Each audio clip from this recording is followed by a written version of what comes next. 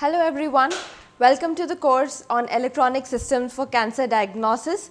Today let's see an important part of microfabrication, which is 3D printing.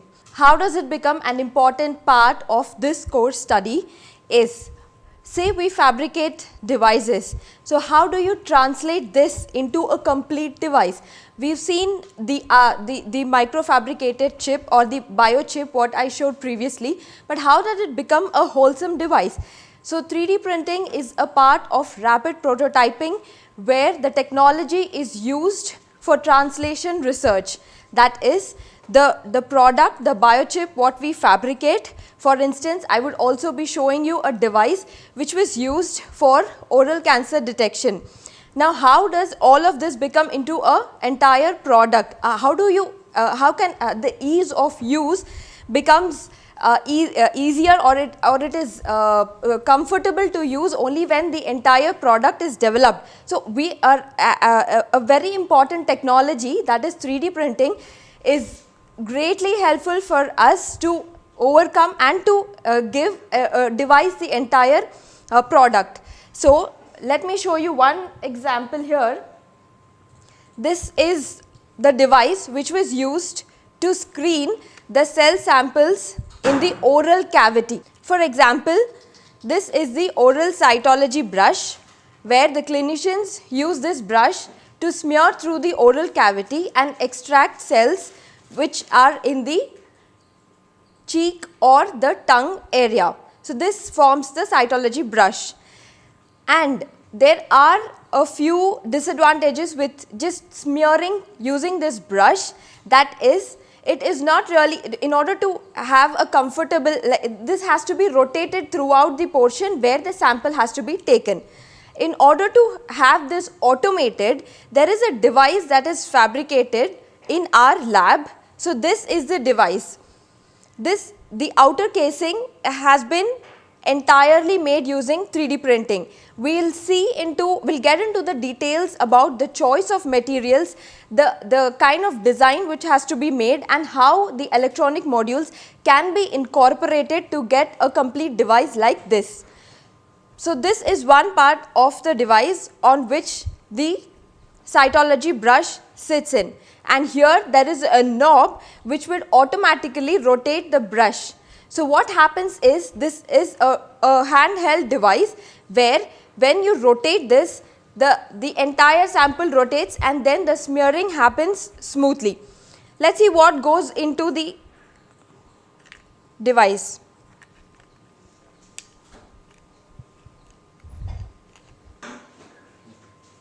As you can see, the different electronic modules here, the battery in order to support the device, the power what is required by the entire device, the motor which is used to rotate the cytology brush, and then the other fixtures. All of this together are integrated, and then in order to have a complete device or a wholesome device, we have the 3D printing technology here. So, this is rapid prototyping.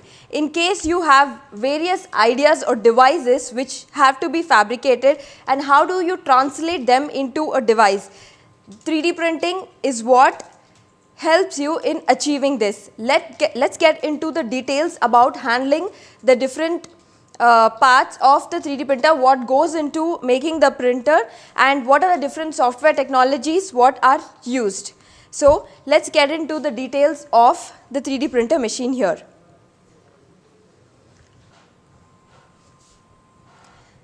So, this is the 3D printer machine here in our lab. This here connected, the thin wire, if you can see, is the PLA. PLA is the material which is used for 3D printing. There are really huge options regarding the choice of material for your 3D printed device, and more into details will be taken to you by Professor Hardik. And this is the black wire, and they are available in different color combination. Here the one which is right beside is the one in white. Now that we have the material which goes into the tube here, so here we have another material which is white in color. Again the type of material is again PLA. There could be plastic, there could be many other choices, but here what we are using is PLA, and each of this has a fixed cost. For this material it is around cost around 1500. So depending upon the choice of material and the amount of material what would be required to achieve the device, depending on that the choice could be made. Now that we have seen the two type of material, they are available in different colors as well. So here we have the black PLA which is connected into the tube, and here is the head portion connected to this here is the extruder. So what happens is the material here gets heated and then melts through the extruder which comes here. The melt portion is what forms the layer by layer in order to form the entire device. The layers get deposited one above the other. The entire mechanism, starting from how software is used and then how the device can be fabricated, will be explained. But let us just see how does the 3D printer looks like and what are the different parts of the machine. Now that we have seen the material and the extruder, here this is the stage, and the entire machine can move in all the three axes, that is X, Y and Z plane. So you can see the levers here which facilitates the XYZ motion of this stage. Once we operate, you will see how the stage moves to the home location, that is the 0th position, and then as the printing process begins, and during the stage, during the entire process, you will see how the stage moves down once the process gets completed. Now this space, what you can see, this gives the entire volume, like this entire space is also there in their software, which is to indicate the volume of material and the size of the object which can be printed using this type of machine. In case the object printed is much larger than what this machine can accommodate, you also can have it printed in different parts and then assemble them into one object.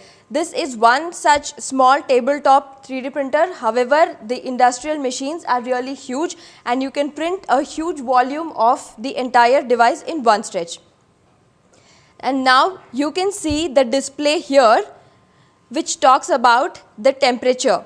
The material here melts at around 200 degrees Celsius.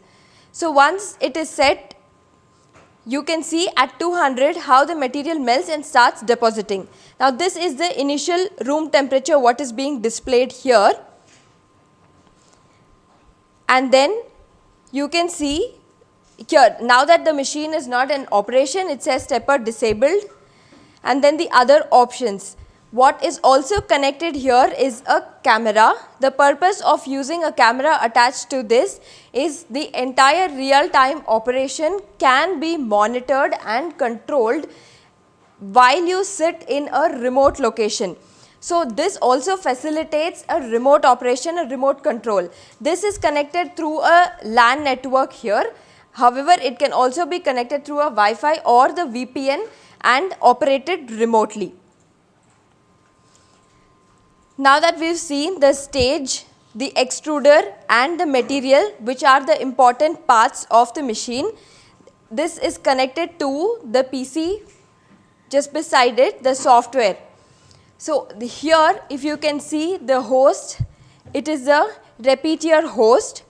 So what this does is, now say we have a so you have an idea in mind and you want to rapidly get a prototype of it.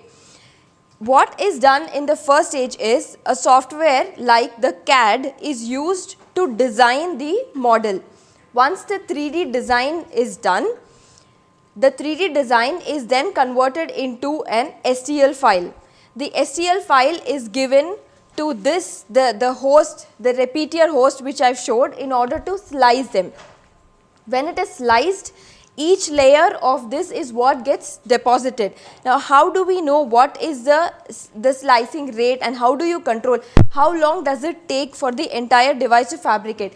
All of that options will be given in the software. Let's get into the details about how the slicing tool here is used. Otherwise, there are other softwares, there are huge multi-variants of software which will again be discussed in detail by Professor Hardik in the lecture videos. So, the CAD file, assume we have a drawing and the CAD file has been sent, and then the STL file is loaded into this. Let us get into the stepwise procedure. How do we proceed further from the STL file what we have? This here is the host console, where once we have the CAD file, the STL file can be imported here. So, this is how the console looks like. Let us see the option there, the plus sign which says add object, is used to import the file. Now, the .stl file, as you can see on the display. So, this is the console what we have here, the repeater host console, and the .stl file what you can see here will be imported. Now, this was the image what is imported from the CAD. So, you use any kind of software. Here we have used the CAD software in order to get the 3-dimensional image object. And now, once the image is imported, next the option says slicer. So, the main objective of using the tool, the repeater host console here, is to slice the object into multiple layers. So, here the first option says print configuration, which here is set to default, but let us see what are the other options. So, there are other options depending on the type of material you choose. You can choose the type of configuration, adhesion type. So, you will also see that once the deposition starts on the platform, it sticks to the platform. Here this is the platform, and once the material starts forming layers on this, it sticks to this platform here. So, the type of adhesion also depends on the geometry and the shape of the object. Here it says brim, the details are given here, and the other options are raft. So, you could choose depending on the dimension and geometry of your object. Quality here is 0.2 mm. There are multiple options. 0.1 mm is of high precision. So, this is very small in dimension. 0.1 mm layers would be formed. If you need a prototype which is required with very high precise dimensions, then you could choose 0.1 mm. So, each of this layer will be precisely formed with very small layer width, but it takes a lot of time. Considering time constraint and the type of device what you require, if it requires very fine quality, you can go with the type of precision here, which is here in the quality. For now, we choose 0.2 mm and the support type. Here is the speed, slow to fast. Like I mentioned, if you are choosing very fine precision, you could choose automatically the speed would be slow. However, if the width of each layer that gets deposited is thick, then the entire product can be prototyped very quickly, relatively at a faster rate than the option where you choose a very fine quality. Now, all of these configurations depending on your choice can be made. And the type of extruder. Here we have just one extruder, that is the material, one type of material gets melts and then forms layers and deposits. However, you also have options to choose multiple extruders. So, when you have multiple, you could use different materials and start depositing. So, you could even use multiple color combinations and you can fabricate your entire device. In our case, we have one extruder which I had shown you. Now that we have seen the different options under the slicer, let us click on the slice and then you see the 3 dimension object here. Now the green line shows the beginning of the axis, the grid formation here, and the CAD file which has been imported here has a few, this is a simple cube what you can see here, and then this talks about the axis from the origin, the light green line here. Like I already mentioned, the entire volume of the object what you can print can be seen in the image here. You cannot exceed the length of the volume of the entire object which can be printed. Otherwise, you could choose to divide them into multiple objects and then integrate all of them to form one single object. Here, for the given dimensions for the object what we have here, the printing statistics here shows the estimated printing time is around 23 minutes and 29 seconds. The number of layers which are required to form this object is 100. So, 100 layers, each layer of the thickness what we had mentioned will be formed. The filament needed, like here we have an entire roll, but otherwise always take care of the length of the element which will be required to print the complete object. So, the filament needed indicates the amount of the length of the PLA or the type of material of your choice which will be required, which will be melted and then deposited in layers. So, these are the different options. Once we have configured, let us save them to the file. So, here you can see the file extension says G code. So, this, when you say G code, it is this now the software converts this into the language where your firmware, the hardware understands.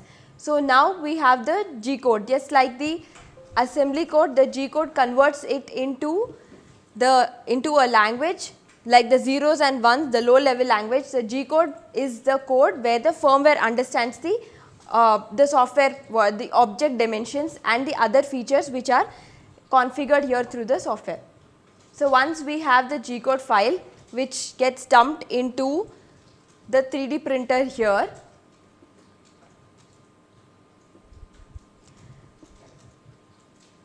this entire console, now that we have dumped the software here, this console, like I mentioned, the entire operation can be remotely controlled or operated. Here, as you can see, the IP address, we have connected this through to the local area network. Now, that is the IP address, and then the features over here, the X, Y and Z.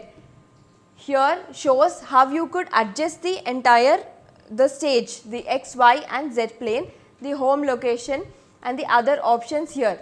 You can see how the head moves with the, like you can see every time the right button is pressed, the extruder moves. So, you could accordingly remotely adjust your extruder instead of your physical presence with the entire machine here. This can be operated. Now, the entire thing is being replicated in the camera which helps you visualize the machine remotely. Now that we have seen the feed rate and the other options here, let us upload the file now. The G code file what had been dumped previously is being uploaded.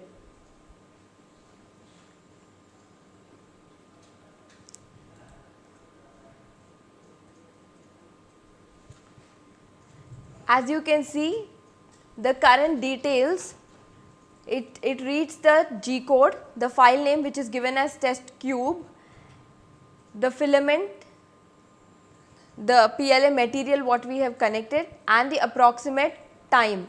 It also shows the cost. Now, this is again estimated depending on the length and the choice of material. Now is the final step where we give the print. Yeah. Let's focus on the machine. As you can see, the stage moves up. So this is it moves to the home location, where once the code is dumped, it starts from the beginning. So this is the home location. The XYZ remains at 0th position. Here, as you can see, the display, gradually there is an increase in temperature. So the initial temperature was around 28 degrees, and now the temperature gradually rises, and the set temperature here on the console, the actual temperature here, if you see the one in red, and the target temperature. So the actual temperature is gradually increasing in order to reach the target temperature. The target here is set to 200 degrees Celsius, which is optimal for the type of material what we have chosen to melt.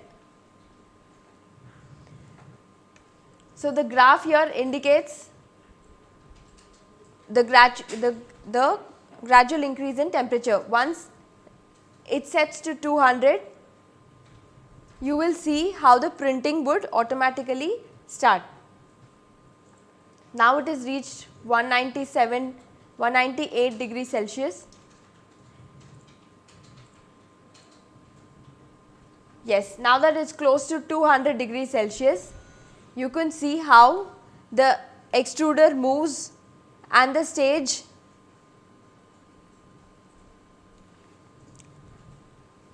if you can see how the stage moves depending on the dimensions. So in real time,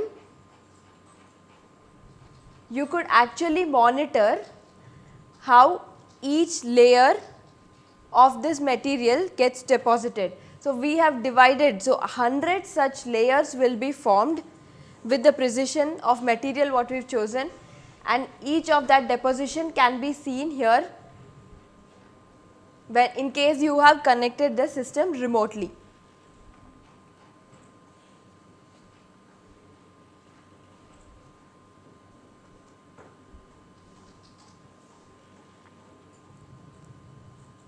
So depending on the entire geometry, your stage, the firmware decides how the stage moves in the X, Y and Z direction.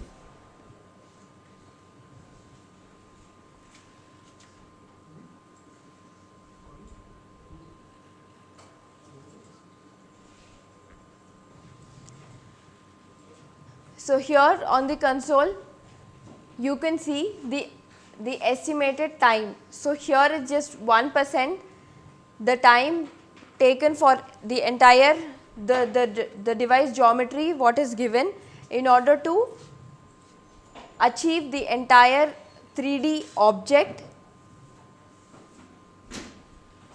will take an estimated time of around 18 minutes as of now. So it's just 1% complete.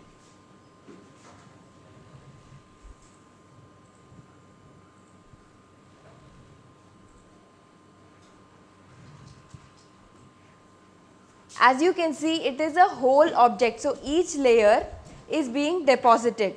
Otherwise, they are formed in the deposition can also be in the form of mesh, where enough strength, when enough strength of the material is not really a constraint, then mesh like structures can be formed in order to save material. For example, the one in my hand is a 3D printed object. Now this is one part of a drone. So as you can see, the 4 hands here,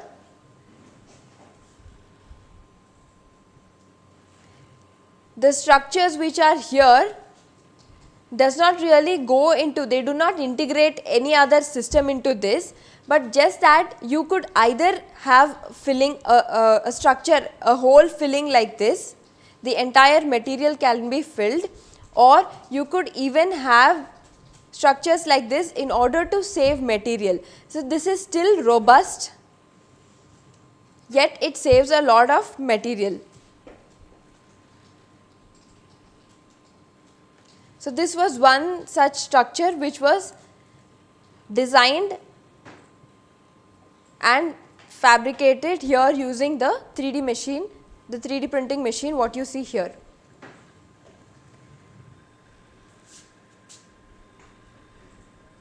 So, this is one layer what is formed now. So, there is 5%. So,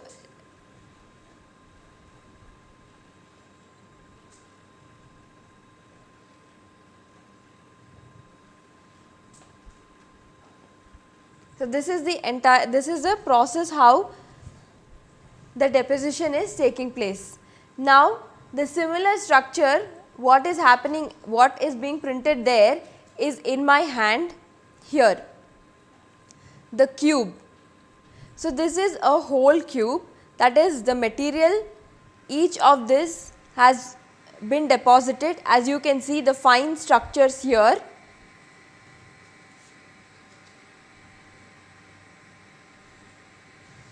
So, each of this forms like this is repeated 100 times, that is 100 different layers will be repeated and a complete object like this is formed.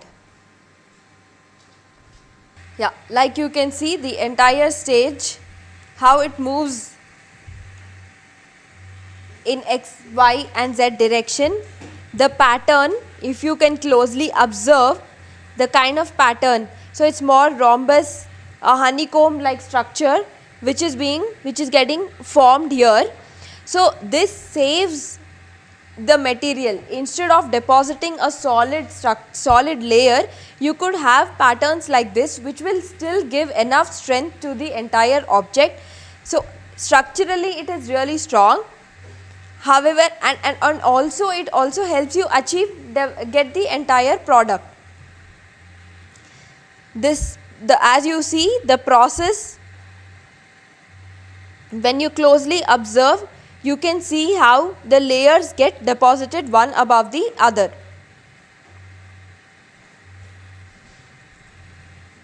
And each of this can be seen in real time without any time lapse. So, the precision, the entire, so you could adjust your camera in such a way that as the layer deposition gets progressed, the entire stage from the beginning to the last can be clearly observed using the camera, which facilitates remote monitoring. Let's assume the object is now complete and we would stop.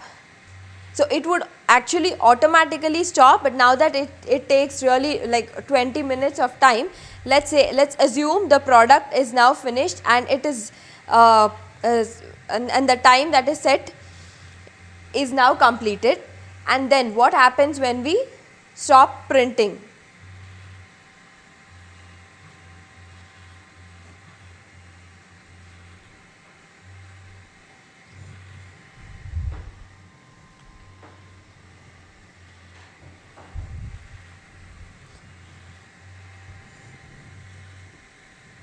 So, the material continuously is melted and then deposited at the extruder, the point here.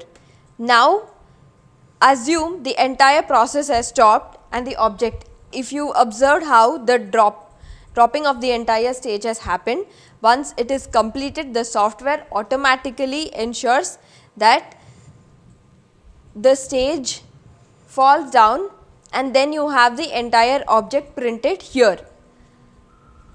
So, this, like I mentioned, the adhesion, the type of property which can be mentioned there in the software.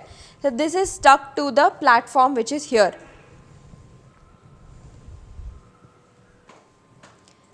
Now that we have seen how it sticks to the platform, and once you remove it, this is the structure, the honeycomb like structure. The main idea behind using a structure like this is just to save your material. because it really does not compromise on the strength of the entire object or the device what has been fabricated. This more or less looks exactly similar to the object what we had given in the CAD file. So, you seen the multiple layers, and in case very fine precision, if you really need a smooth surface across this, then you could decide on how each layer, the thickness of each layer that gets deposited.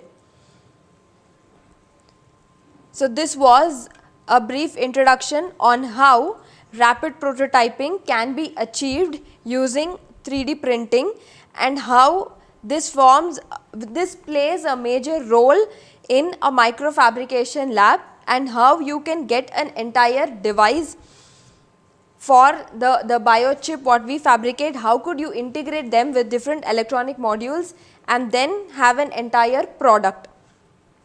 So, this was the details about how the 3D printing machine can be used, the choice of material, the type of machine, the volume of the product which can be achieved, how you can split them into parts and integrate, the choice of software models.